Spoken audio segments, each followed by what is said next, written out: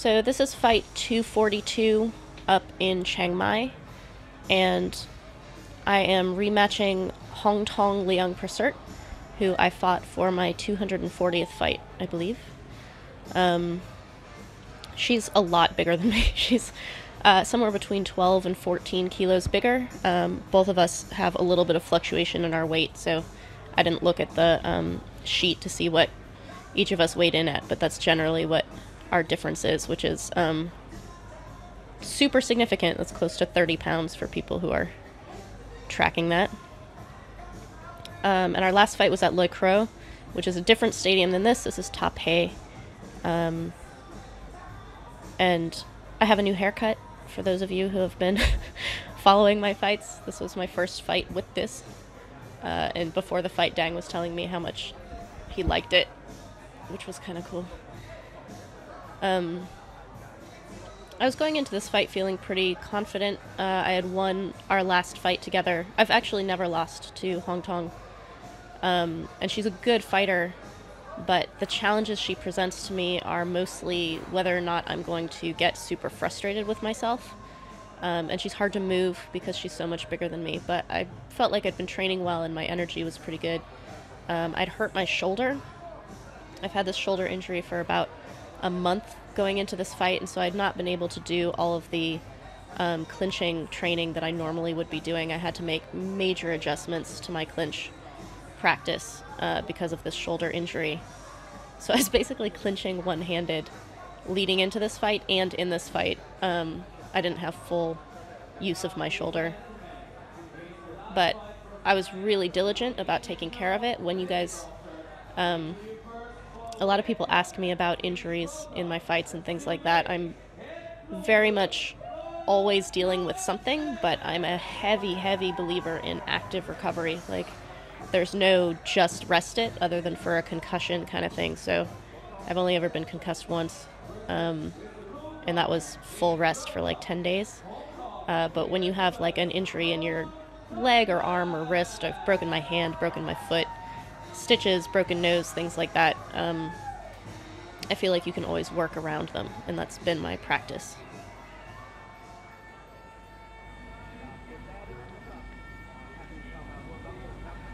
So I'm kind of in this state now in my fighting career where everyone I fight is somewhere between 4 and 14 kilos bigger than me.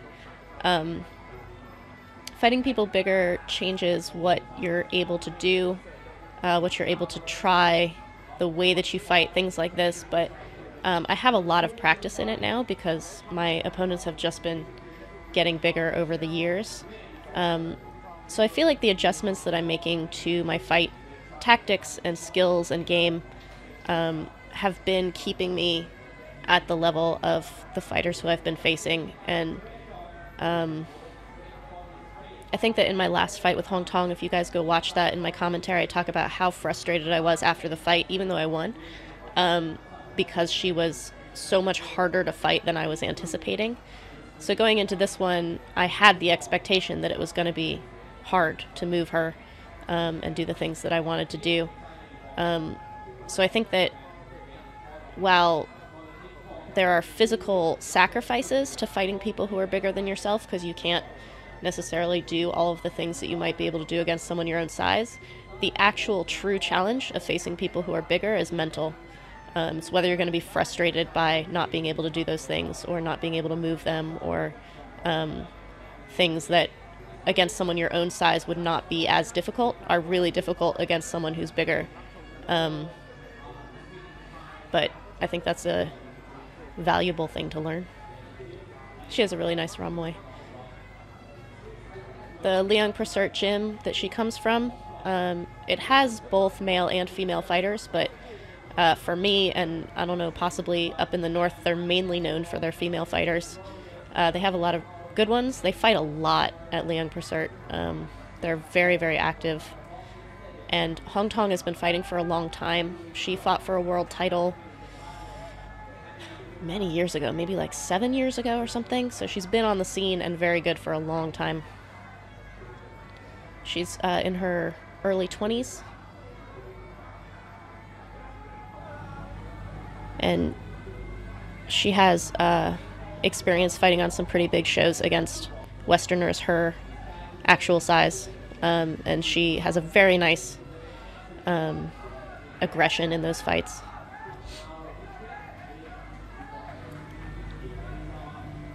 You can see you can see our size difference there. Kevin took a beautiful photograph of that that he put on his Instagram of me in the corner there and her standing there. I'm not super familiar with this referee. I've definitely had him before, but I didn't recognize him enough to know whether or not the clinch was going to be broken quickly or not. Usually I'm familiar with the refs and I kind of know what their style is, and so I know if that's going to be an additional challenge in the fight. I don't know with this ref.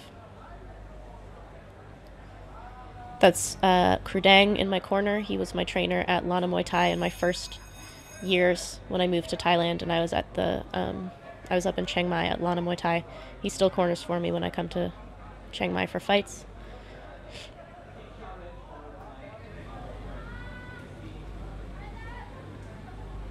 I had some people chanting USA at this fight. It's been a while since I've had that.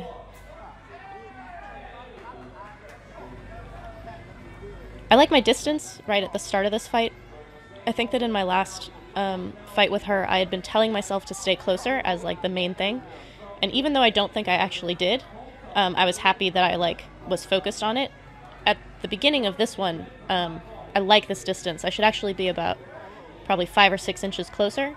But I'm happy that I'm not falling back after each of my strikes.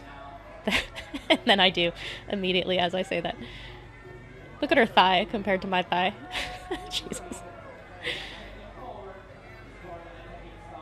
Krenu's been having me do a lot of sparring, and because I was having a difficult time with clinching, I was doing more sparring, and I think that it's really paying off in terms of having a chance in training to work on these things, like staying closer, or Ning, which is this unaffected, so even though she's landing points on me, you don't look affected by those, and that's something you have to practice. That's not something that you just are or aren't.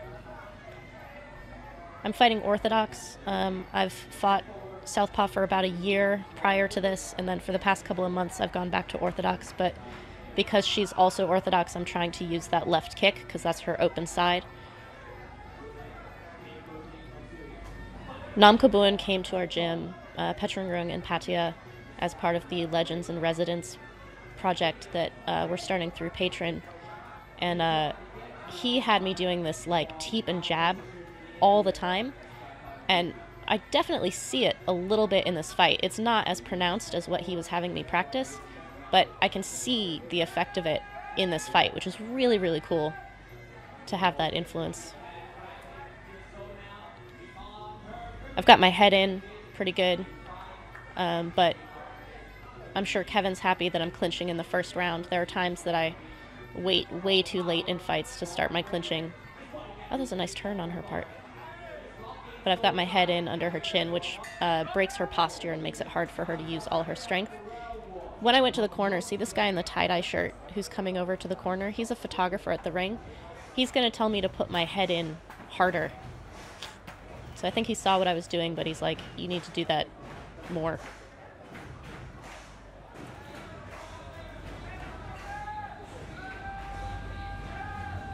They have a pretty good soundtrack at Taipei between rounds.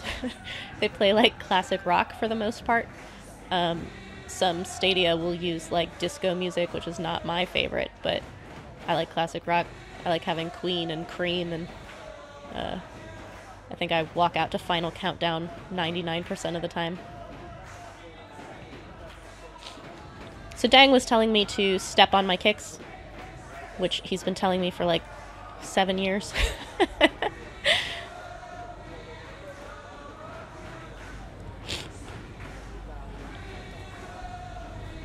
Yeah. So the thing about stepping on kicks, it's not so much a technical thing. It's about closing that distance. So it sounds like you're supposed to step on your kicks because that's the proper technique for kicks, which is true. It makes them stronger, it makes them harder. It allows you to reach all of these technical things, but it's actually about closing distance. And if I stepped on my kicks, I would have more of a, not aggressive, but like a fearless closing of distance appearance. And especially given our size difference, that would bode really well for me. There's that USA chant. Hurrah. So I'm going left. I keep having to like remind myself to go left. I kind of drift right, which is very weird because I can't actually fire my shots when I do that. They got my name wrong leading into this fight. I looked at the program and they had me listed as Patongpung, which I assumed they had just written the program and then changed the order and like forgot to change the name. But it was weird. I've been fighting here for so long. I've never had my name be wrong. Not my gym name, anyway. Oh. So, putting someone on the ground when you're the smaller fighter can be pretty good. I tend to do like a very slow motion drop down. That was slightly better than the last fight. She's trying to escape out to the left, which is one of the reasons I need to kind of step left all the time, is to cage her in.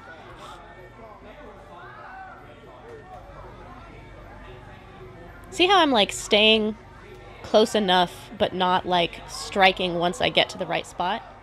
Here we go, putting my head in more. I paid attention to that photographer telling me that it needed to be stronger, and here you can see I'm kind of bending her head back a little bit. That makes it much harder for her to do any of the things that she might be wanting to do to get me off of her. Dang is yelling go go because I'm staying at a pretty good distance, but then I'm stopping once I get to my striking distance. So I kind of need to learn triggers for when I get to the right spot to throw the weapon, rather than just like, okay, I've arrived at the right distance and now I'm gonna wait.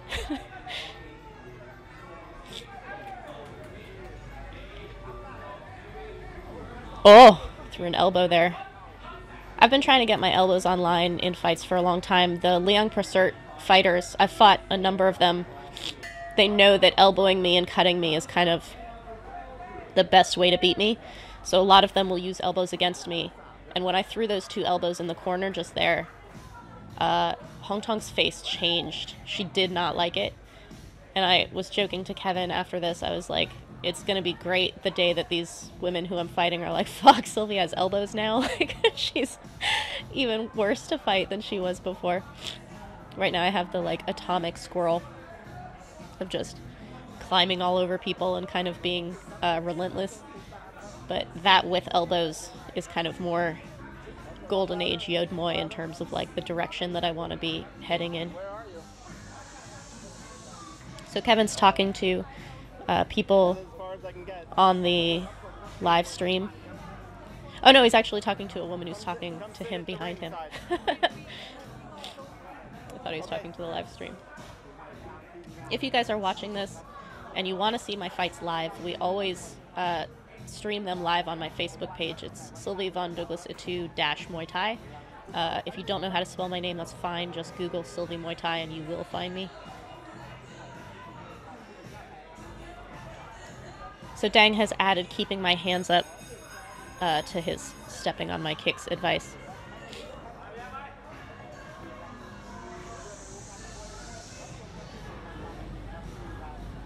So between rounds you'll always get this like stretching of the arms and stretching of the legs before you go back out. I don't generally find it super important to do, but there have been times that I've really burned my arms where that feels really good. I'm going left really nice in this fight. So the way that Hongthong is fighting, she's going backwards a lot. In Thailand, you can do this. In Thailand, as the backwards fighter, as long as you look like you're controlling the person coming forward, which at this moment she does, and you have what I was saying before, Ning, where you look unaffected, as long as she doesn't look scared, like she's not running away from me or like not engaging, this backwards fighting is actually a really good rewarded style, and she's doing really well right now with this like back strike. That's the same, it's the inverse of what my problem is, where I need to come forward and strike. I'm coming forward and not striking. If she was going backwards and not striking, it wouldn't look good. But she's got the back strike, which is really nice. She's definitely outscoring me here. So I got to get in to this distance to score my points. I'm getting a little bit flustered in the corner there. So there, I'm trying to do what I've been told by both Krunu and Dang, which is after she kicks, if you don't block the kick, just immediately step forward and throw something. So that there's an immediate answer. It's called daw in Thai. It means like to answer or to continue. So as long as you're not stopped by the strike. So here I'm like coming in, catching. Here I need to be throwing way more strikes in order to be making up for all the strikes she was landing as she's on her back foot. She's got her head out the ropes there. Dang's yelling at me to go, go, go. I'm starting to like change the way this was feeling. She's starting to throw elbows. Those are not gonna land, but they do look really good. Oh, that was nice. Her off balance into a knee. That was her round for sure. So I think that rounds 1, 2, and 3, I don't know, 1 and 2 so much. She may have had a lead. They don't matter too much, but that round was definitely hers. So round 3 is a scoring round. So by her winning this round, she's got the fight right now. And so the onus is on me to reverse that and to kind of put her in a position where she has to work harder to maintain her lead. If I kind of pull back or don't do well in this next round, she already has the lead and she has less and less responsibility for keeping that lead. So I really need to work hard in round 4. You can see that Dang is way more animated. He's telling me that after I get hit, I need to step in.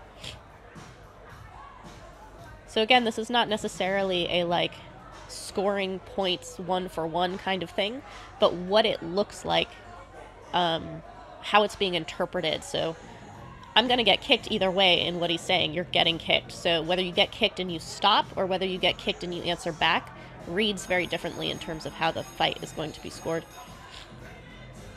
And it's hard as the smaller opponent because the assumption is that the bigger opponent has impact. Like, you're just going to assume that because they're bigger, everything they throw has impact. So I have to do more to make it seem like there isn't impact on that, even if my experience is that they're not super strong. And again, the assumption is that because I'm smaller, my stuff doesn't have impact. So again, my responsibility to make it look more. Oh, my coming forward is better here. See how I'm walking and then striking? This is what I should have been doing earlier. My weapons are starting to come out more. This is more kicks than I've thrown in, like, most of my fights. Again, 242 fights. And these kicks have been there the whole time. Like, I do throw kicks in fights, but I'm really throwing them here because something clicked in my head that's like, walk, walk, strike. Oh, she's trying to just, like, hold me. We're both through the ropes there. Dang's telling me I gotta go. So again, this is round 4. She had round 3, so I have to really take this round. This is good for me. I've got her in compromising positions. I'm scoring with the knees. She's bigger and she can't kind of move me the way that she needs to. It's a lot of twisting. I'm good at the twisting here. That scored on her open side. My points here are good. She's like head out of the ropes with a knee there. That's a big point. Dang's screaming at me to go. So see how she's still going backwards and striking, but she looks like she's trying to escape me now rather than that she's like controlling me. Off the ropes, Sylvie. Kevin's telling me to pull her off the ropes because we keep getting kind of like stuck through them. If I pull her to the middle of the ring and land my points there, they're way more effective. She looks a little bit more desperate and haggard in her like running backwards. Rather than like pulling me in, she's like running away from me. It's the same actions but with different appearance and interpretation. I like how I'm walking in this one. Oh, that's a big score. That's a big score. See how her leg is just stuck in the air like that and I'm landing? Oh, dang, it's screaming at me to go. Oh. Oh. She's so much bigger. If she were my size, she'd be on the ground there. It's hard to move people who are bigger than you. She can't get a lock. I'm landing on her open side. She's landing on my closed side. So my knees are scoring higher than hers, even though we're knee for knee. I definitely won that round by a lot. So she had 3. I have 4. So basically, whoever wins 5 should win this fight. Because I already have round 4, I kind of have to continue what I've been doing, whereas she has to remind people of what was going on in round 3.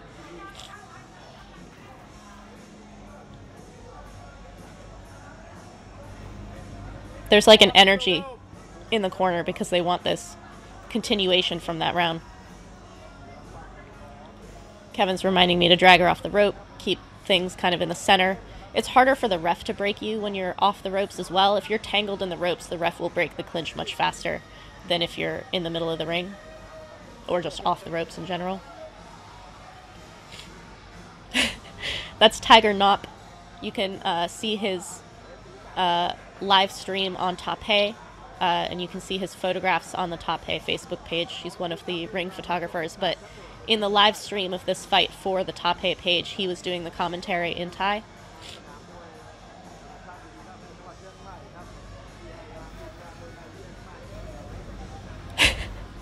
Noi is telling me to throw more knees when I have her locked.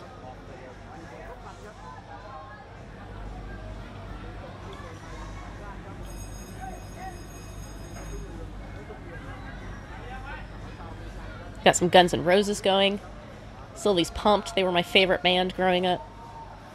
I think Axl Rose was my first crush. I have better taste in men now. He's not the best. So look at our energy here. I'm ready to go into round 5. She does not look ready to throw down.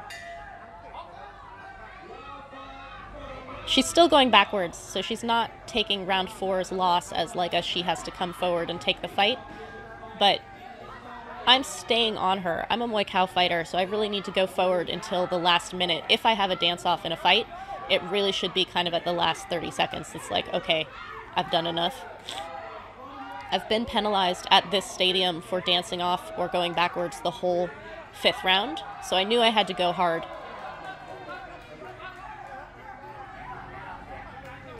But I had the energy to do it. That actually scored. But these are all blocked. So she got that kick, I got a kick back, and I'm blocking all of her kicks as I'm coming forward. Actually, my blocks get really good in round 5. I just start like bong, bong, bong because I'm not thinking about it. Oh. Oh. Oh, and she's bent over. That is a bad position for her. Score, score, score. They're telling me to keep going.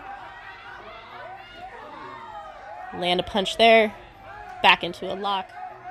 She can't get out, and I'm landing knees right into her belly here. These are really big points for me. So I won round 4, and I'm winning round 5. She's basically in the, like, get the hell out of here. Block. Block. Block. So if you're going backwards, you can make it so that all you have to do is block the opponent trying to score on you. I'm coming forward, and all I'm doing is blocking her scores on me, but she's not scoring. So now there's like 20 seconds left, and I'm like, I've won this fight. She does not look like she thinks she won this fight. But she's not coming forward. She's like, all right, we're done. Difference in body language, difference in energy. I was 100% sure that I'd won this fight, so it was like, okay, good fight. Different from last time. Totally different body language. Look at this.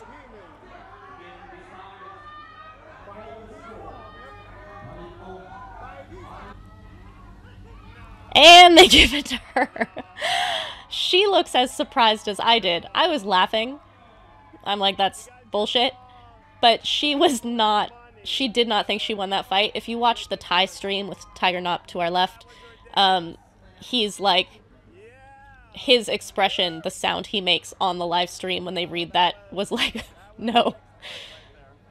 I've had very few fights in Thailand where I'm like, that was just blatantly wrong. Usually I can figure out what the judges were looking at to hang their hat on. That one, there's nothing. I showed that fight to Yod Pan at my gym, and he's like, you lost the first 3 rounds, but you won round 4 so hard that people stopped gambling. Like, people stopped betting because I won round 4 so much. So all I had to do in round 5 really was protect. And I won round 5, so I believe 100% I won this fight. It's not a huge deal. Like, you win or you lose. Things happen. I'm not like, oh my god, I was robbed, whatever, but that's not a good decision, and sometimes that happens. But it's hard to feel bad when you know you won. So, what do you do? After the fight, when I went to say thank you to her, she still didn't look happy about it. Fight 242.